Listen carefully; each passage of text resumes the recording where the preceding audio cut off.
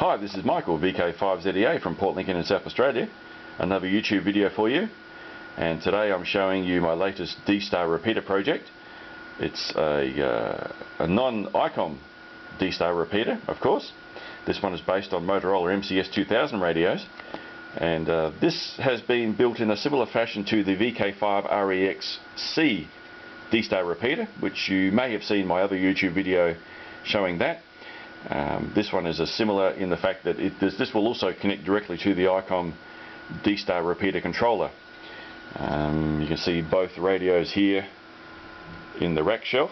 This is a 4-unit high rack shelf, and added some aluminium rods on the top to improve the rigidity of the shelf. The transmit radio is a little bit higher than the receive radio. I've placed the bracket up on some brass spacers to improve the airflow from the fan. You can see a fan in the back there. These radios do tend to get a little bit warm on transmit, so fan cooling is essential. And I have added one extra little feature which I will show you in a minute, which will help the radio survive in case the fan fails. And you can see this is the transmit radio this side, receive radio here. It took a little bit of playing around to get the programming just right, but I'm very pleased with the performance of these radios. I've used them in a simplex hotspot situation before, so they should work fairly well in the repeater. Now we'll head over towards the back and I'll show you the DC distribution system I've got. Here is the main DC feed in. This cable's got an Anderson power pole on the other end, which is what it will plug into up at the repeater site. I'm using an LC filter here, probably overkill for this application, but I had it lying around and thought why not. And there is an earth terminal here which I'll connect to the building's earth when this goes up at the site. So power comes in, power comes out of the filter. The positive comes in via this 20 amp circuit breaker, which acts more of an on-off switch.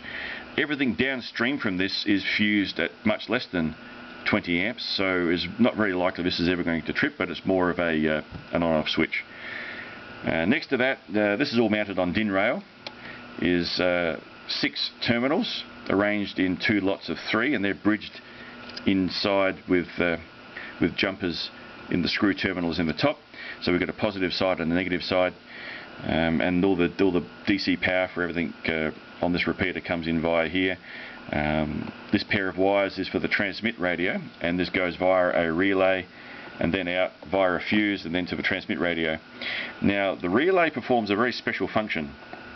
Next to the relay is this little silver box, and I found that on eBay. I was going to build one. I found a schematic to build one of these things, but at the price I found this on eBay, I thought, well, I'm not even going to bother.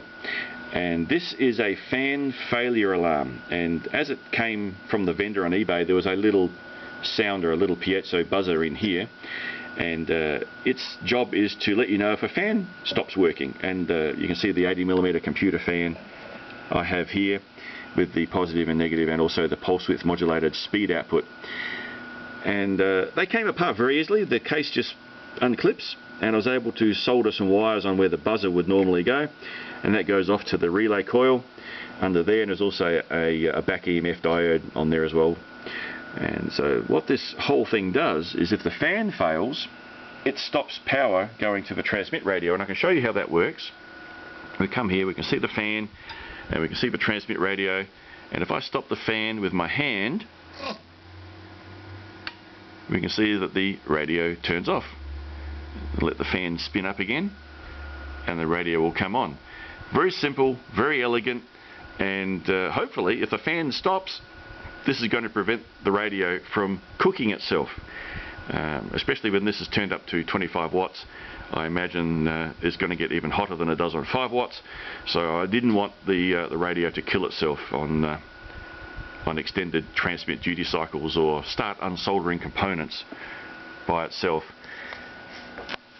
So that's the transmit power. The receive power comes in here. The receive radio fuse is here, and there's also another fuse here, a 3 amp fuse, which runs a small 12 volt to 5 volt inverter, switch mode power supply. and that provides 5 volts for the node adapter board.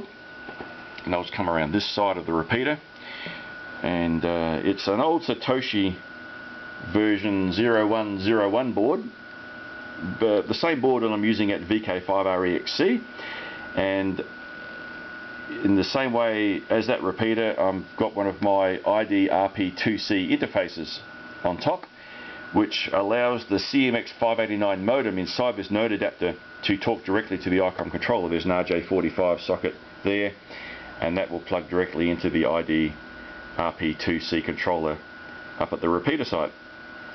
And this is a proven technology. I've had it working on VK5REX.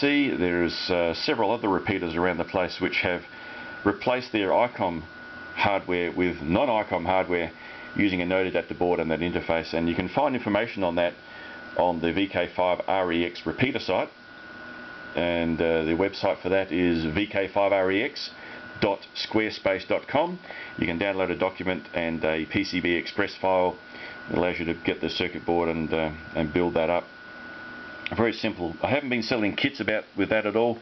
The demand just wasn't there for me to do that, but I have provided a document on how to put it together and what you need to know, and a circuit board design which is not overly cheap, but it's a nice way of getting it done. And you can see photos of the interface board on the VK5REX website as well.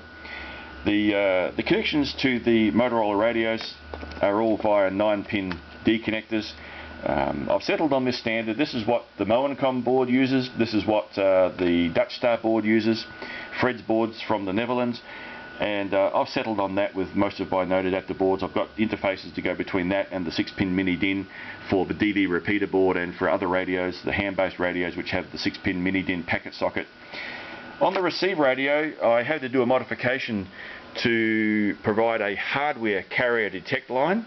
There is a mute output which you can program to be active, but it also activates when it's on transmit, and it's a software based thing. So I found a modification on the net to hardwire the receive carrier detect line to the accessory socket, and that then feeds through to the node adapter and then through the interface to the Icom controller.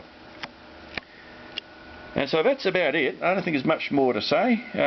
You can find a blog post on this on the VK5REX webpage again, and that URL is vk5rex.squarespace.com. Go and check that out, and hopefully in the next few days I'll get this up at the repeater site and we'll see how it goes. I tested it about a week ago and realised I had to do a few tweaks on the audio levels. I found that the receive discriminator output on the receive radio is just a little bit too hot. The spec document for the modem chip states that you need to have 1 volt peak to peak on the receive feedback pin when you're receiving a signal, and it was a little bit over that. It was flat topping, and clipping a little bit, so I've wound back the gain on the op amp in the hotspot board just to reduce the level into the modem chip a bit, and that seems to have done a really good thing with the sensitivity of the modem when it's not being deafened by too much audio input. So hopefully it's just ready to go. I'm confident. I've been running this without the interface board into a computer using the WinDV software as a Windows based D-Star repeater, and it works very well. So in this form I imagine it's going to perform just as well, and hopefully you'll hear me on air on VK5REXB using a non-Icom D-Star repeater. And this will enable me to remove the Icom repeater and do some much needed modifications and testing and repairs to the transmit radio. And if you want to find out more about what I'm doing, send me an email and I'll be happy to share what I'm planning to do with the Icom repeater hardware. And of course there's the danger that this repeater will work so much better than the Icom repeater, and this may end up being the permanent repeater up at VK5REX, but that's another story and we won't go down there. Anyway, this is Michael, VK5ZEA, from Port Lincoln in South Australia. I hope you've enjoyed this video, and we'll talk to you again soon.